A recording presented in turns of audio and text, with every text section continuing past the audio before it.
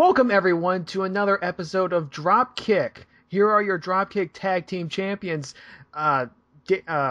you, Darren, and myself, DoubleC. Ha! And we got tag teams up the wazoo. You know, this is the first time I've heard you so excited to do one of these shows. I know. Not excited to actually be in the show, but like excited because so much good shit actually happened this week. Oh yeah, I know. It's all about the tag team division. Yes, the it's WWE. we're going into the WWE Tag Team division. That's where most of all people are going into right now, and it is working like gold. It is amazing right now. Because, okay, so tag team champions, Daniel Bryan and Kane, the odd couple. The odd couple somehow working out well together, even though they are complete opposites. Yes, and totally insane. We'll get to that later. The primetime players, millions of dollars. I called him over Skype last night and said, you get your millions of dollars back. Millions of dollars. Okay, Primo and Epico, great tag team. The Usos, another good tag team. Sin Cara and Rey Mysterio, a great tag team. There's where my money lies, because I am a huge Luchador fan. And I also am a huge Rey Mysterio fan, because, I'm 5'6", he's 5'6", for the little guys. Yeah, and we can't count out Tyson Kidd and Justin Gabriel. Yes. I've actually liked Justin Gabriel in solo action when he was doing it on Superstar. So, him with Tyson Kidd, I think that might work out actually really well because, well, because they actually do have good styles. Though they do kind of bounce off of one another. Justin Gabriel is more of a aerialist guy, sort of like a luchador. But Tyson Kidd is more grounded. He's more of I would call him more of the staple wrestler from the Hart Foundation. Mm-hmm. And then we have two other teams that we'll get to later. So that's a hook for you guys in radio. Aha. I guess. Yes. So we have Smackdown, back to business, Smackdown from the 21st, and Monday Night Raw from the 24th. So what are we waiting for? Let's get this show on the road and do some Smackdown. Okay, Smackdown. Okay. The show starts out with Edge. He comes out. It's been a long time since we've seen Edge. Does he have his hair back? No, he still has short hair. Aw. Which is, I like it. I know, it's alright, but it's weird to see him with short hair. Yeah, it's like that weird uncle who shaves his beard off.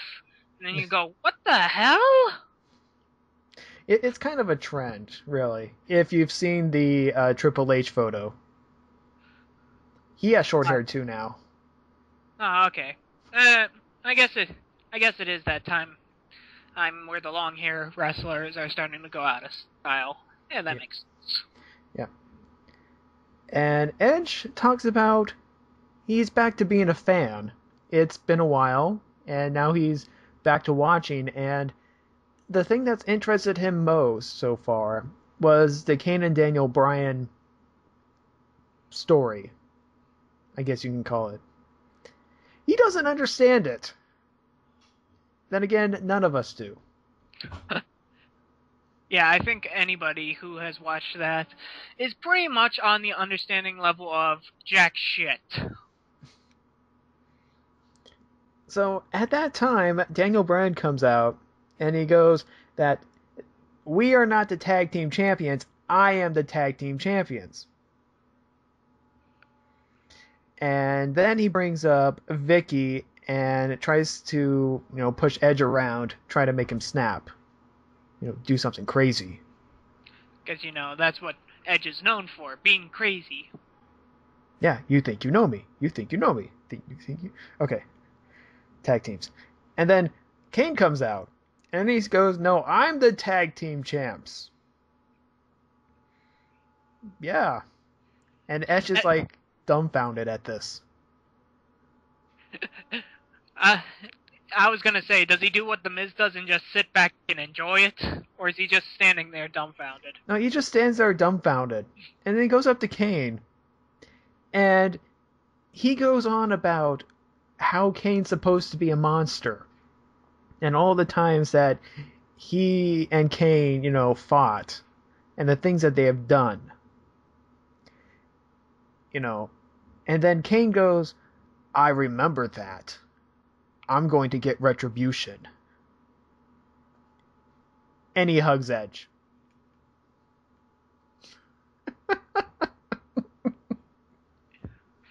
This is such a weird angle. And then Daniel, he's just looking at there, and he's so jealous about it. No.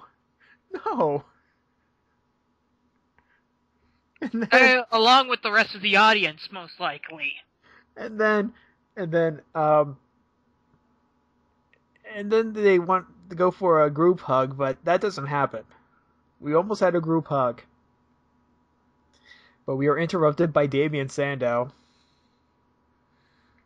He calls hugging it out an abomination.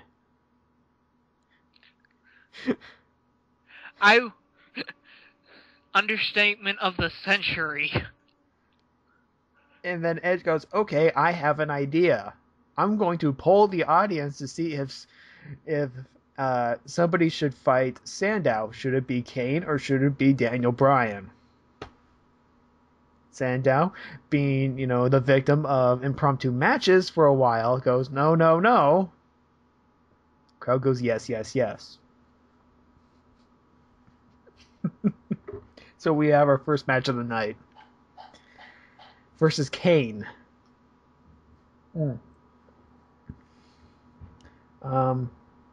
Kane pretty much dominates the entire match. However, Daniel Bryan distracts Kane, and then Sandow pulls the upset, becoming once again undefeated, or should I say, never getting pinned. Yeah. So obviously Kane's upset about this, and so he goes backstage and rips up the place. And then Dr. Shelby comes out. It's like, Kane, you gotta stay calm. And then Kane goes, I'm gonna tear that guy apart. And then Daniel Bryan pops out of an equipment box. Like he's freaking Mr. Magoo. He just pops out of nowhere. Just pops out. It's like, huh? This ain't out. Actually, no. The better analogy is like Bugs Bunny. Yeah. I took the wrong road to Albuquerque. Yeah. Okay. So the story continues. Is like, okay. Now Daniel will have to fight someone. Okay. We'll get to that later. Another backstage segment. We have Alberto Del Rio and Booker T. He's still mad about the bro kick incident. Aren't we all? That's about it. So, okay. Second match.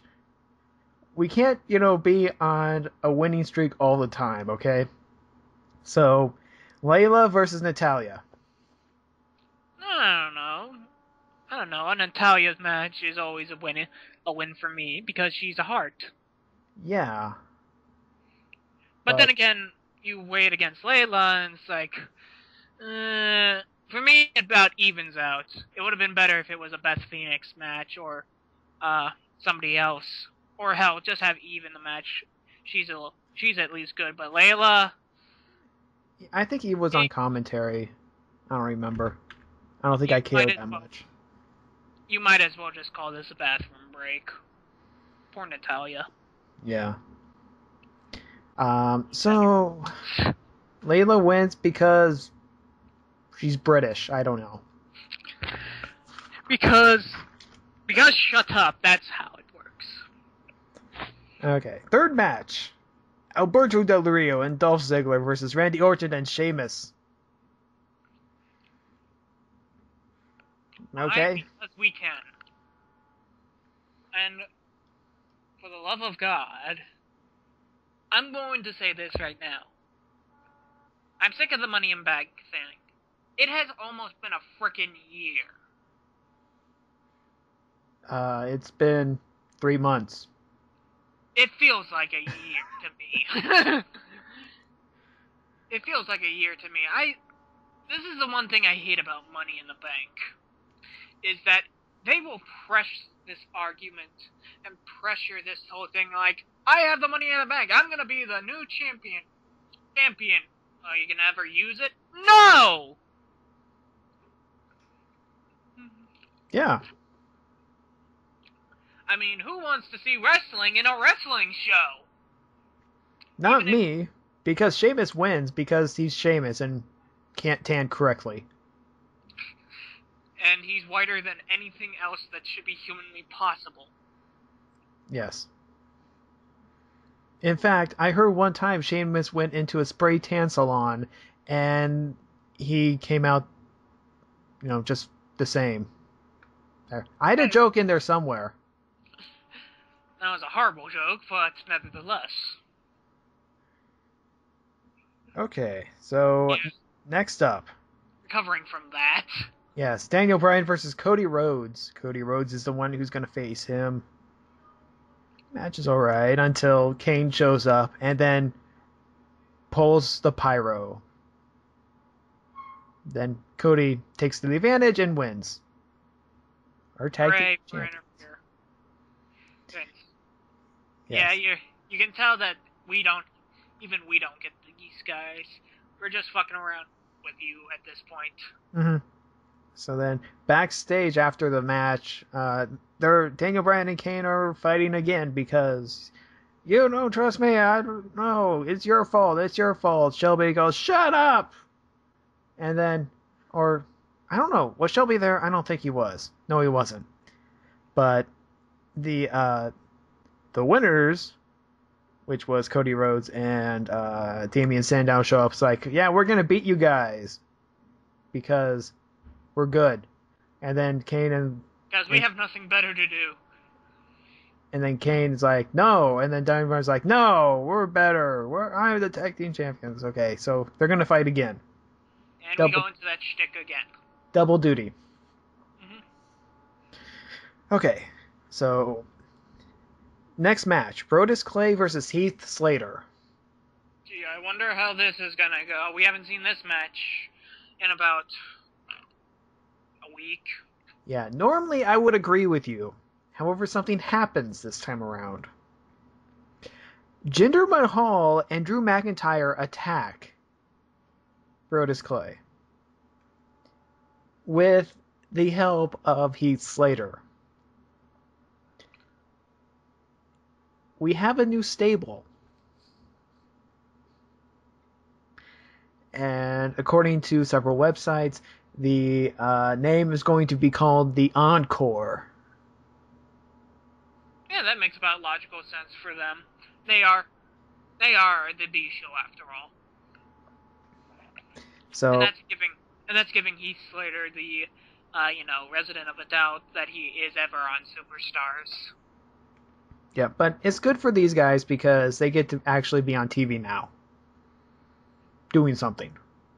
And actually, hell, your prophecy of SmackDown being canceled might not happen because of all of these tag teams and stables. Maybe. I hope not. I hope I'm wrong. That might actually push it forward to actually being continued. Mm-hmm. If Sci-Fi doesn't screw the pooch like they did. But they never fuck up their own television shows. Ha! Farscape. We can go down a list. No, you can. It's that bad. Next match, Santino versus Antonio Cesaro. In a short match. Match we've seen before. Yes. 1,000,000 times. Except for the fact that Oksana tries to interfere and then falls down. Ref checks up on her. Santino gets the advantage and wins. Well, sooner or later it was going to happen. I mean, that chest of hers is so friggin' huge, you'd think her back would give out any time. And then Cesaro pretty much breaks up with Oksana in 5 different languages. So I'm guessing the European title is not going to be relevant for a while. Nope. Yeah, I figured as much. And now on to the main event. Kane and Daniel Bryan versus Sandow and Rhodes. Now, at first I thought this was going to be a lumberjack match, but no, it's just all the tag team scouting all at once. Tag team scouting? Isn't that the same as like a lumberjack match? Oh, yeah, but they were all surrounding the ring. It's like, oh, we're going to have a lumberjack match. That's interesting. Nope. Oh, I see. They never leave the ring. That's what you're saying. Well, no, they do leave the ring. However, the other tag teams don't touch them at all. They just like, okay, you're out of the ring. Aww. I'm not going to touch them, ref. That's horrible. That's evil. You promise us lumberjack and you don't give us fucking lumberjack. That's the thing. They never said it was going to be a lumberjack match either. Yeah, but when you surround the ring with tag teams in a tag team match, what's your instinct gonna say? Lumberjack match. Yeah. Okay. So, it was a good match. I thought it was a good match. But it did end in a DQ finish. But Kane and Daniel Bryan pretty much get chairs and then start beating up everyone with chairs. Oh yeah, chairs are one of the 5 sacred weapons. Right next to 2x4s, barbed wire, stairs, tables, and ladders. Mm-hmm. If you're lucky, you might add thumbtacks, sledgehammers, ring bells, and even tag team championship belts. Right. I want to make this note. With the amount of chair shots, if WWE was still doing its fantasy league, whoever picked Daniel Bryan and Kane would win the whole thing.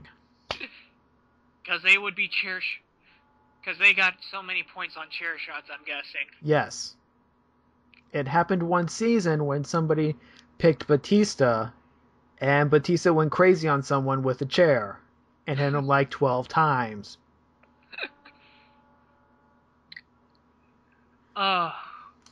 You miss those small things like a fantasy league. Oh, yes. Yes. Chris Masters and Kurt Angle were, shoo-ins. If you didn't have those on your roster, you weren't even going to have a chance. Because they were both doing special matches every single week. Where they won the Master Lock Challenge and Kurt Angle's Gold Medal Challenge. Easy wins. Anyways. Moving on from our fantasy drafts. Yes. Monday Night Raw.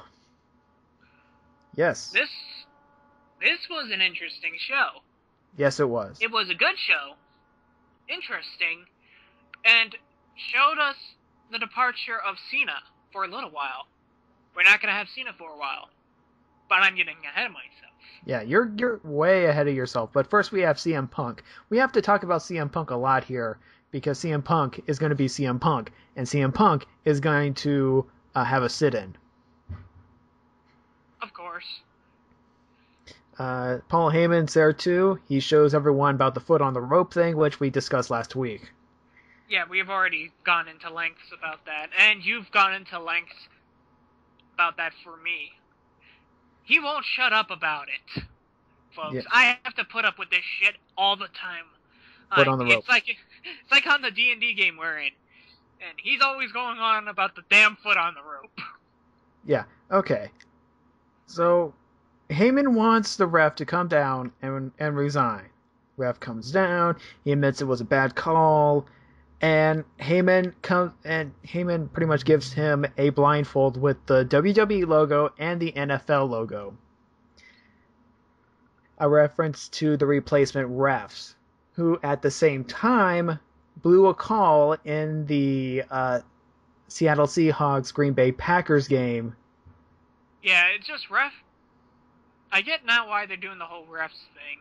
I'm not a huge football fan. I'll watch it every now and then. But if you tell me that sort of thing, and I get like the calling of the refs nowadays, and I was like, oh, I see. Which was funny because that botched call didn't happen until late that night. So, anyways, enough about NFL. AJ comes out. Punk says that this whole thing, it all stems from the time that AJ tried to propose to him, and Punk said no, like a sane person would. And then Paul Heyman goes, "It's okay, I got this." Now, How old is Paul Heyman? 40s easily. I was gonna say he's probably in his 50s. Maybe, but so this is like so this next thing is gonna be gross for you, for anybody here. So I'm putting a listener's advisory warning right here. If you think too much about this, your head's going to explode and nasty. However, I do want to explain one thing. If someone goes, "Don't worry, I got this," you're supposed to say, "No, don't do it." It doesn't matter what it's about. You say, "No, don't do it."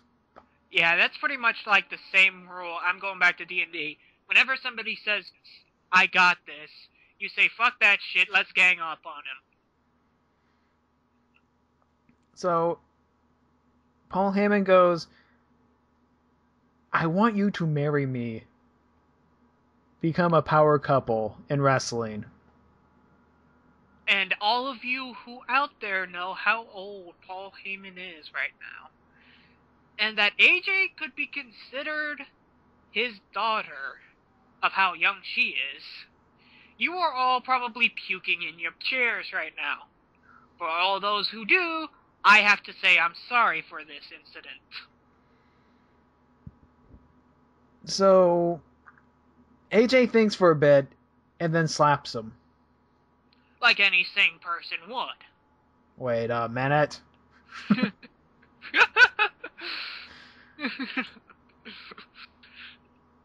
Oh, that'd be my answer if Paul Heyman tried to propose to me. Actually, no. Mine would be rock bottom, people's elbow, stone cold stunner, pedigree, tombstone pile driver, and then top ropes elbow drop. Wow, how many specials did you have there? Like, saved up. I think you're game sharking. Shh, don't tell anybody. After that, we go backstage with the ref that blew the call. AJ goes, "If you make another mistake, you're fired." But she says it in a completely different way that makes anybody... She says it in that business way. You're not gonna... Like, she's not implying firing by the words she's using, but you can tell it's firing. Yeah. So here we go to the first match. Dolph Ziggler and Kofi Kingston. Now, this was an awesome match. Now, the story of this match was the fact that they were going off on Twitter. This is a Twitter fight. Like all good matches. Ending up in the ring. Now, you think to yourself, why? This is dumb. Not really. Not really. I'm more interested in any match where you get actual matches than some sort of promo that nothing comes out of, personally. I'm of the group that thinks that matches are a good thing in wrestling. Well, yeah, but some of the build up to some of these are kind of, weird. I don't give a shit if it's weird. It's a fucking match in Raw. That's good enough for me. Okay, so the ref ejects R-Truth and Vicky because little Jimmy was thirsty or something, and Ref goes, okay, get out of here. Yeah, ref is literally, I'm not taking care of this shit. Get the fuck out of here. Yeah. Like, if you guys want to argue with one another, argue backstage. Okay, so back to the match. This was a fantastic match. Holy crap. It was Beautiful. awesome. This is like match of the year sort of quality. Alright, I'm gonna say right now that who do I think actually helped this match? I actually think that this was group effort this time. Like, some matches work on one person selling the other person greatly. Nah, this was group effort. Both of them sold each other greatly, and both of them sold themselves greatly.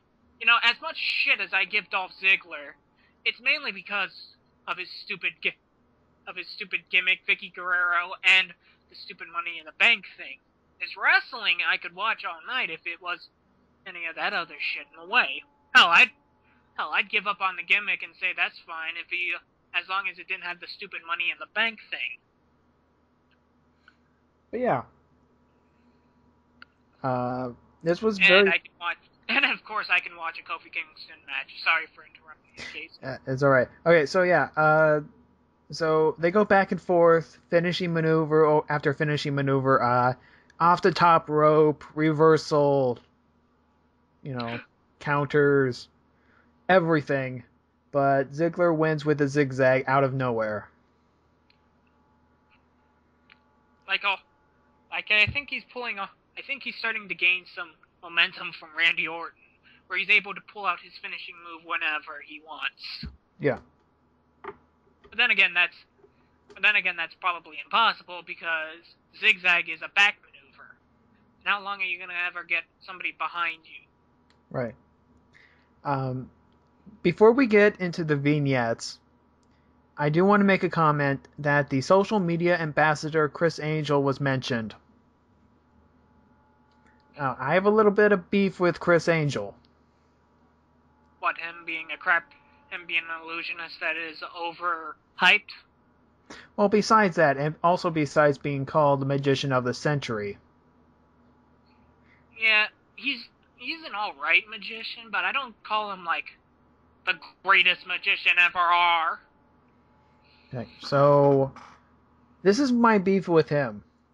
When I went to Monday Night Raw, it wasn't the last time, it was the time before that. Special guest host, Chris Angel. Do you know what he did? He had a backstage segment. He never came out. Backstage segment with Santino. So, already we're starting off on a good foot for you. And this was the segment. He was with Santino, goes, okay, in one of these cups, I put a knife. Now, I'm going to smash these cups at random. Whoa. Okay, smash. Smash. Okay, there's 2 left. Smash. He didn't smash the one with the knife in it.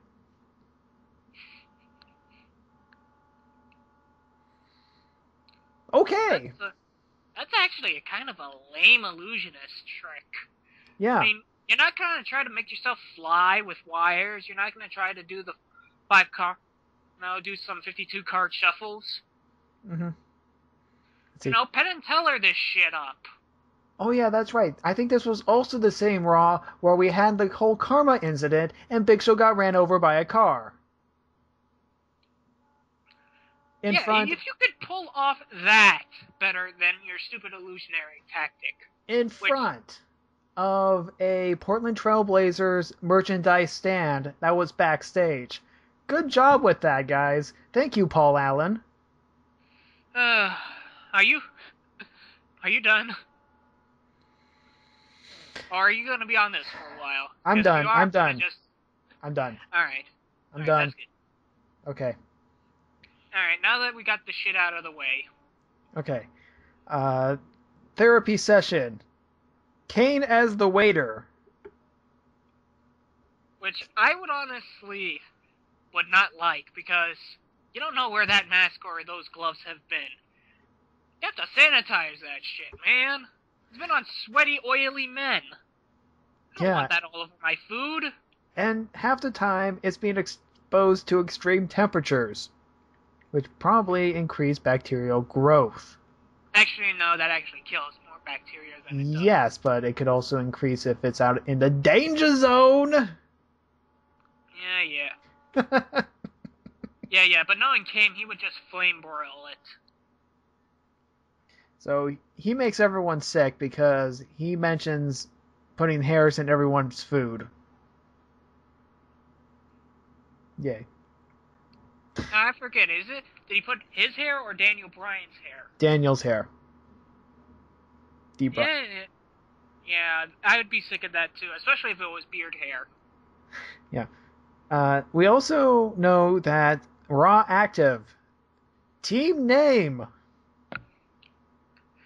We'll get to that later.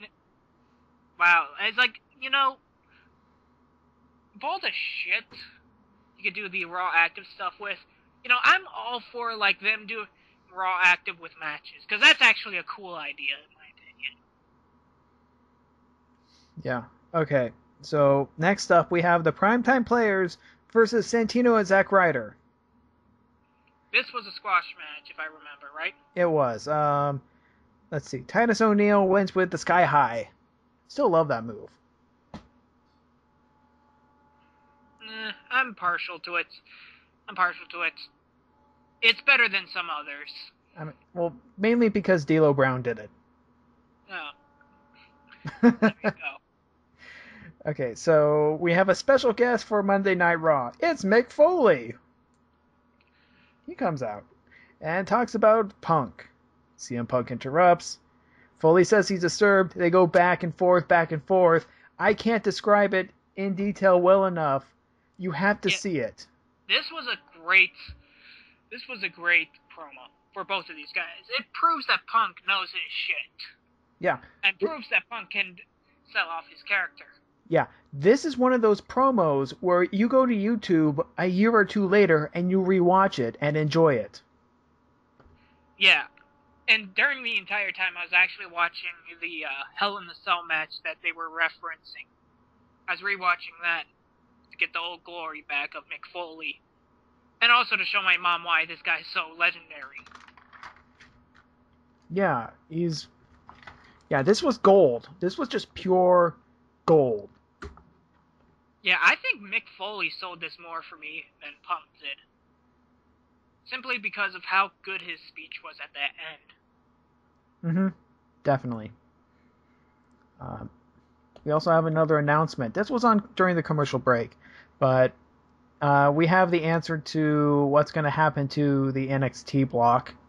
WWE will be having the main event on Ion channel starting next week. Excuse me for asking, but isn't the Ion channel a science channel? Or is Ion supposed to be the investigations channel? Fuck, there's so many channels, I can't keep track of them all. I don't know. I think Ion was supposed to be... I don't know. It's on Ion. WWE TV. Did that fucking fall through? At this point, it's still up in the air. Jesus Christ. They could have had G4, but no, they decided not to. Whatever. Actually, G4 would have been a great idea. Get rid of that shit. I know, but G4 is turning it into GQ Magazine TV. Whatever, I don't care. Oh. Next up, Ryback versus Miz. Excuse me a second, I got set, because I remember back in the days, I used to watch Tech TV. Yes. And used to watch X-Play. Mm-hmm. And that was such a great show. Yes, it was. And then G4 happened. And they ruined it. And now hearing this shit. You go on and talk about this. I'm going to be sulking in the Okay, so Ryback versus The Miz. This was from last week where The Miz had his Miz TV and Ryback's like, I'm going to wreck your furniture and you're going to throw your couches around. Rah. So, which I'm still actually impressed with, because couches are actually pretty heavy. and massive. If you ever moved a couch, Ryback lifting that couch over his head is actually fairly impressive to show his strength. And Yeah. also dangerous as all hell, because if he threw that wrong, he would have killed somebody. Yeah. So this was all pretty much a squash match, and you would think that, hey, Ryback's going to get a shot at the IC title. Maybe. We'll talk about that later. But the other interesting note, a fan jumps into the ring and gets mauled by security. Yay. Fans, what can you do about them? So up next we have more therapy. Daniel Bryan and Kane are eating, and they reminisce about their time when they beat up a whole bunch of people with chairs. And Kane goes, ow, and then Bryan goes, yes. And they do the whole something about Mary or whatever stick. Yeah, and pretty much they're selling us that these guys are good tag team champions together simply because of how much they like to cause pain to people. And then Mae Young goes, I'll have what they're having. A Harry Met Sally? Oh, Harry Met Sally, that's the one. Jeez. That's the reference. Well, it's always good to see Mae Young. You know, guys, it's always good to see that she's doing fine. Okay. Next up, backstage with refs, AJ has a pep talk. This is one of the weirdest segments to me. This literally, she goes, you know, shit has happened, bad things were, but you know what? Don't worry about that. Go out there and have fun. Okay. It literally is like, go team, yay! To me. And then she makes a 6-man tag match. Featuring Ricardo. For you out there know, he's actually a wrestler. Yes. But they pull it off like he's not a wrestler for this. Which is weird. Next up, a snooze fest. Wade Barrett versus Tyson Kidd. Oh my god, yes. Wade Barrett throws an elbow and wins. Whatever. You know, this match would be much more interesting if they gave him more to do. Oh, that's right. He actually pulled off a wrestling move. He did a black hole slam. Whatever. You know, most of it was just either him just kicking a guy down or just clotheslining him. You know, give it some variety. If you're gonna do a striker guy, make sure that he punches the ever-loving shit out of the guy. Make it interesting. I was watching the Triple H Undertaker match, and it was getting to the point where they were standing up punching each other. You know, that old hell, you know, in 28 Hell in the Cell match, and they got to the point up where they just were punching each other like shit. Mm-hmm. Beating the crap out of one another. That's how you do a good strike match. Yeah. Barrett, go back to the drawing board. Find somebody else who has better coordination skills. You know, get somebody who knows how to do strikers. Because this ain't working. It's boring. Okay, next up, Jerry Lawler has an interview. So. And it's good to see the King doing fine. Yeah. It's going to take a while for him, you know, to get his strength back and, you know, and to actually talk through, you know, 3 hours. You know. Yeah, and it's good to see that he's not suffered anything major by the looks of it. Because if you are having, like, a cardiac arrest, like a big stroke, that can have some major implications afterwards, like your right arm never is moving again. Mm-hmm. And he looks like he got through it fine. Yeah. Like he's able to move everything. He sounds like crap, but that's because of all the wires down his throat. Yeah, and it's going to take a while for him, you know, to get back because doing 3 hours of straight talking is extremely difficult. I mean, we do 1 hour, but we're amateurs, and at the end of that hour, I'm exhausted. It is it is actually very hard to talk that long.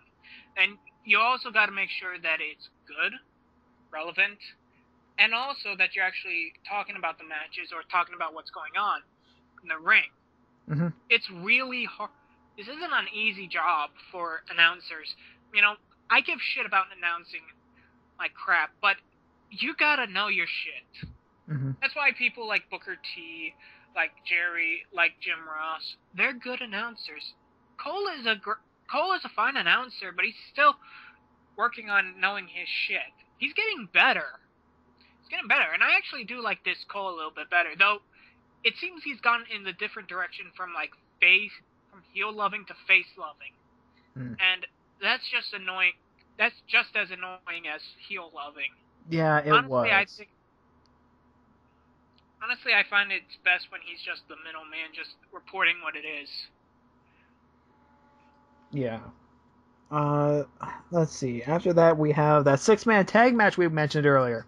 It features David Otunga, Alberto Del Rio, and Ricardo Rodriguez versus Sheamus, Rey Mysterio, and Sin Cara.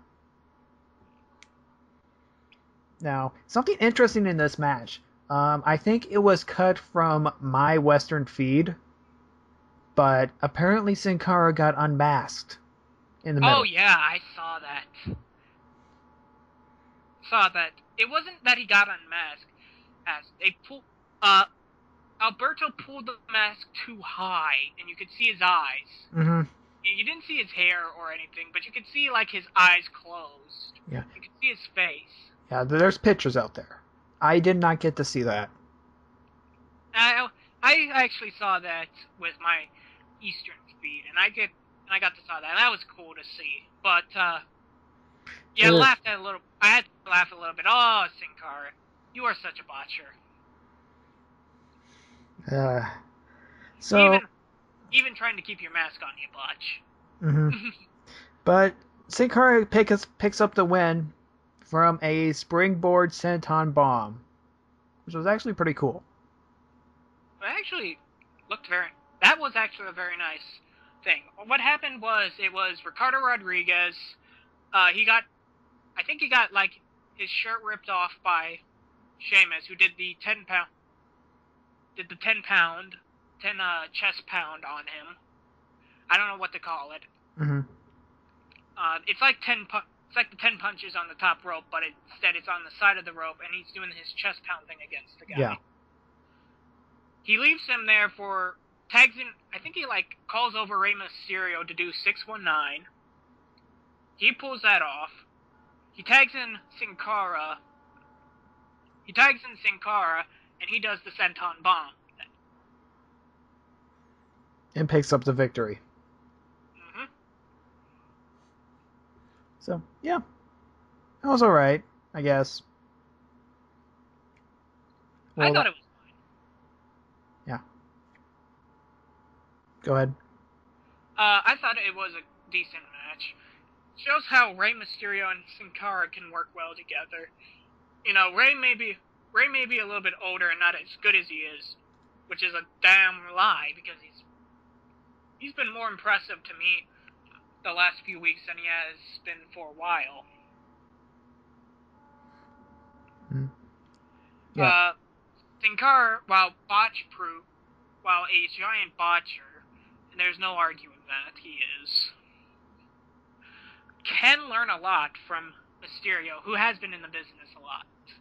He's been in the business since he was 19 years old. That's when he started wrestling. So he's 36 now. He knows his shit. Mm-hmm.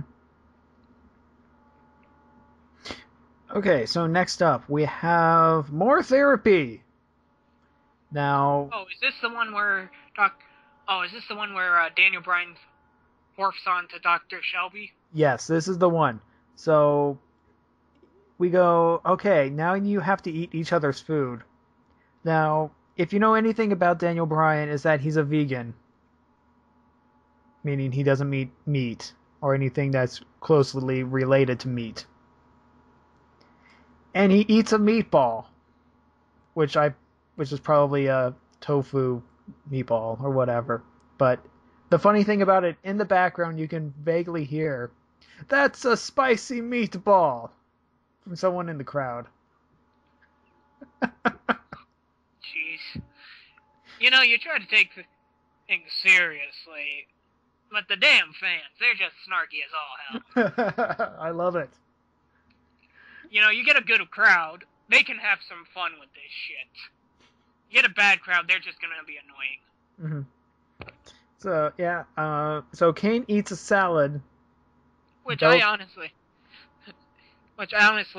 is probably one of the weakest things that Kane is probably, you know, it's like, whatever. Salad. And then Daniel eats the meatball and then throws up. Which actually, I've seen a person who is vegan. That's what she described to me, what would happen if she did eat meat. She's gone without meat so long that she just can't eat it anymore. Mm-hmm. But yeah, he sold it. To be quite honest, it looked more like he was giving him a really weird blowjob. But then again, that's my dirty mind thinking. Mm-hmm. So, oh yeah, we also have the the Raw Active thing. Okay, so the choices were Teamwork, Team Hell No, and Team Friendship. Now, seeing the streak of this whole storyline, I was willing to bet that it was going to be Team Friendship. I was gonna go with Team Friendship if they added "is magic" on the end of that. Oh.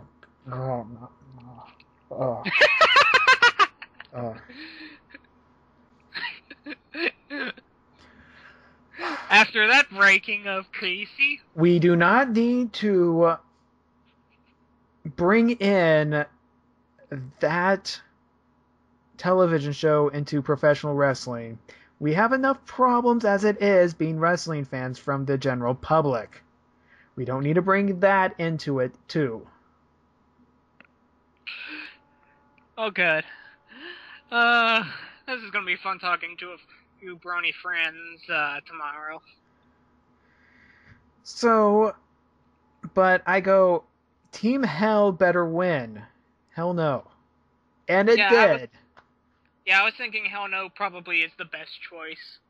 And I wasn't being, like, sardonic or anything. And it's like, you know, knowing this, it would probably be Team Hell No, because that actually does work for what they are. Yeah, and it works, sort of. For now, I guess, whatever. So, yeah. After that, Team Hell No is in the ring, and then Rhodes and Sandow attack, and they call themselves the Rhodes Scholars. Because Cody Rhodes and Sandow is a scholar. See? It's funny. There's a pun. You get it? Huh?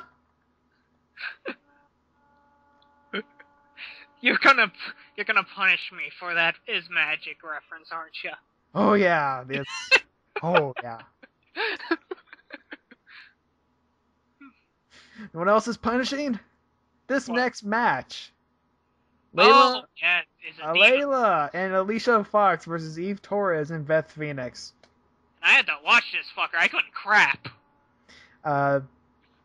Eve wins, whatever, I don't care. Caitlyn says, I know who my attacker was because I saw the footage. I didn't see your face, but I know that you're a blonde.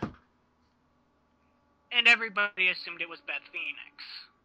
Beth Phoenix gets... I don't know. It's... Test drive, whatever, I don't know. It's so obvious it was Eve.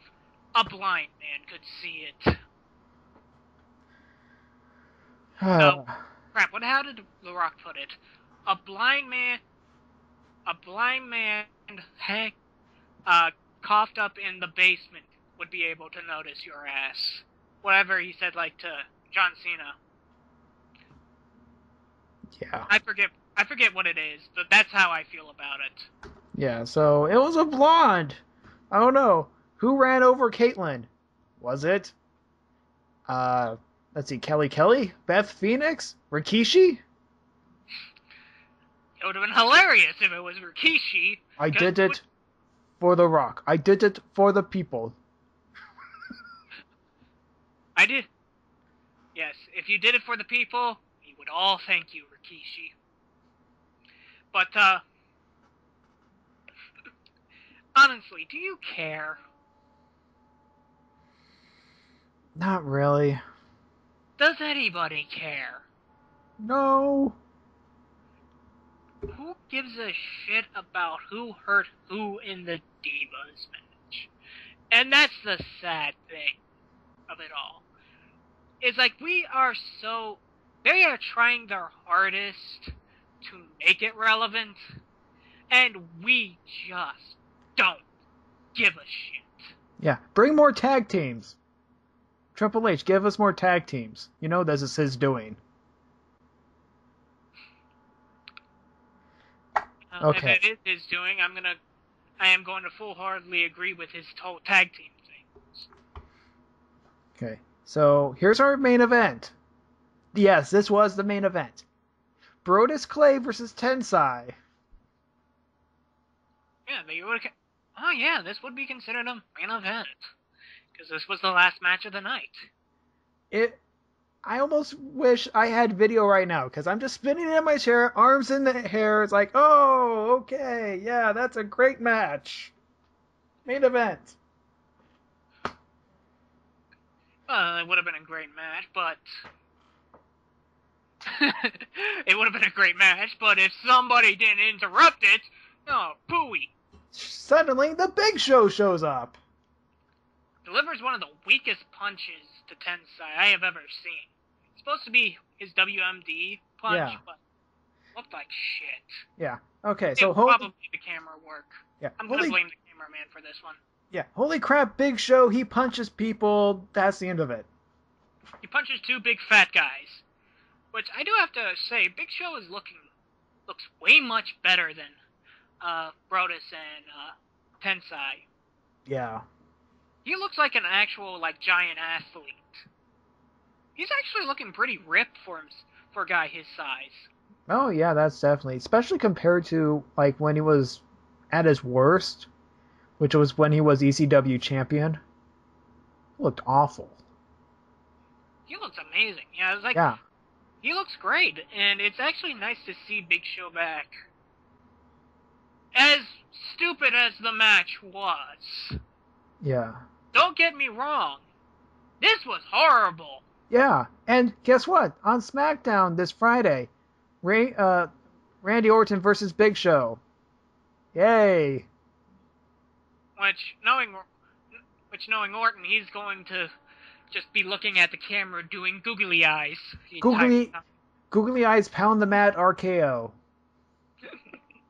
Exactly. Exactly. Okay. Randy just loves fucking with us at this point.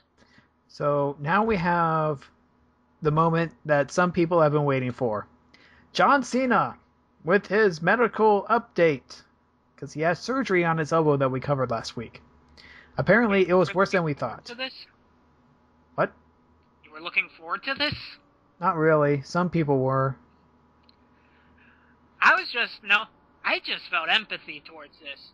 Not empathy, apathy towards this. Excuse my poor grammar. So, John Cena is humbly pissed. He has a hard time censoring himself because he is on double secret probation because he's pretty much touting the breast cancer awareness thing. So, yes. This is rated G. This is rated G. Yeah, John it's Cena. probably the most G-hard swearing I have ever seen in my life. Yeah, I was wondering if somebody wanted I wondered if somebody wanted their bottle afterwards. So he says he's going to walk into Hell in a Cell and he wants to fight. Okay. Okay, good luck with that. Alright, whatever. Hopefully that arm isn't as bad as it's probably gonna be. Yeah, CM Punk comes out.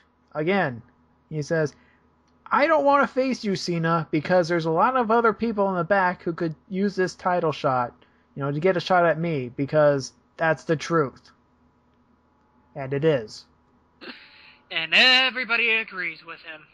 But the crowd, he goes, no! The crowd goes, no, boo! We don't like you, Punk, anymore.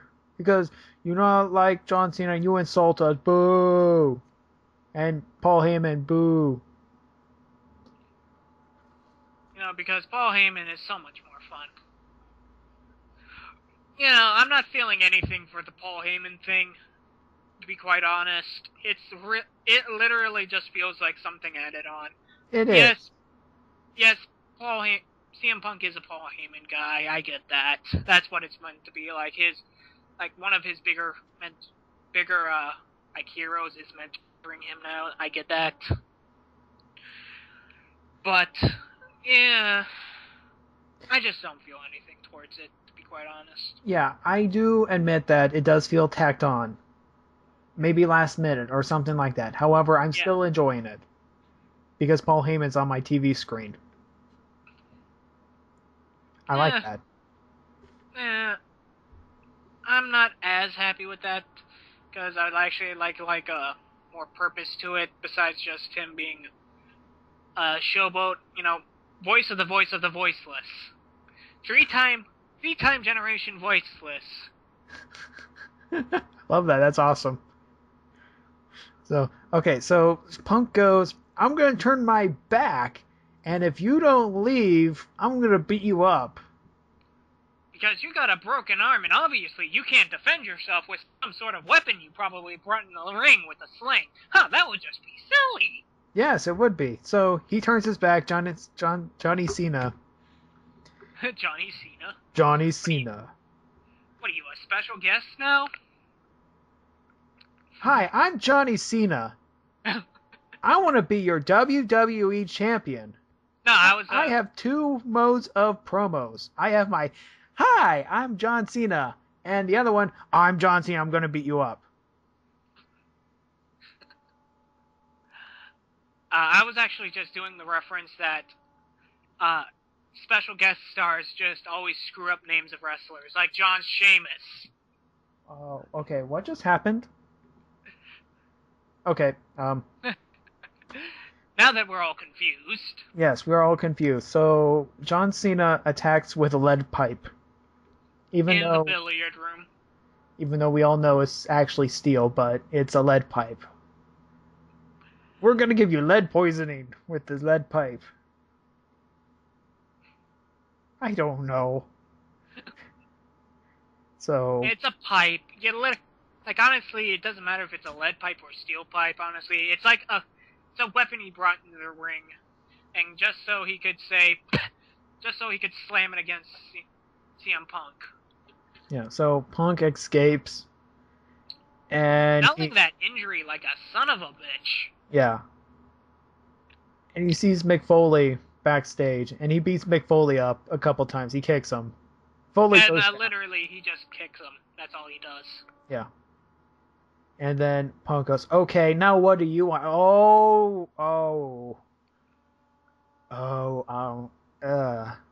Ooh. We turn the camera around, and who do we see? It's Ryback. And it looks like he's aiming for some gold fever. So, are we going to see Ryback versus CM Punk at Hell in a Cell? We could. Probably. It's more likely that's going to be a Raw thing to show that CM Punk has a lot to go over, because most likely, in my opinion, it's going to be him. It's going to be Cena in that Cell match. Simply because, well, he's Cena. Or it could be... How about this for a prediction?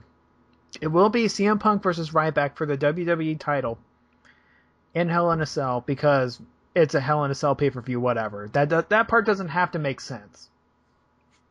So Punk wins. Then John Cena comes out, jumps the barricade, and gets inside the cell. And starts beating Punk up for Survivor Series. Sounds like a good idea for me. But this is actually good in my opinion. Because, like CM Punk says, we need more people to go after the championship besides John Cena. Yeah. So, it's actually good to see somebody else going up for the taper besides some sort of, like, jobber bitch. And this actually does promote... Actually, I like this idea as a storyline simply because it promotes a big obstacle. Yes. So now we have the technical wrestler versus the power guy. Who is undefeated at this point. Yes. So yeah, Raw was really interesting. A lot of good stuff. The vignettes were good. New tag teams this week. A bunch of new tag teams. Tag team fever. Team fever. I got a fever, and the only prescription is more tag teams. Yes, honestly, that's where we're going nowadays. We're gonna probably put a sidestep to the WWE Championship, or at least make that at least just like a small thing in the back of the main event. And we're gonna focus on mostly tag teams for the most part of this. Mostly because, well, we have so many friggin' tag teams now. Yeah, we need a pay-per-view to contain them all. I will call it Survivor Series. Wait. Yeah, that sounds about right. Yes, thank you, Puppet H. I so want that puppet. Okay, so yeah. That was this week. We'll see about next week. And the tag team glory Smackdown and Raw as we head toward Hell in a Cell, Rage in a Cage, Penis in Uranus, whatever. But this was Dropkick. Yeah, but this has been Dropkick, and we have been your tag team champions. And we'll see you next week. The ins and outs, baby.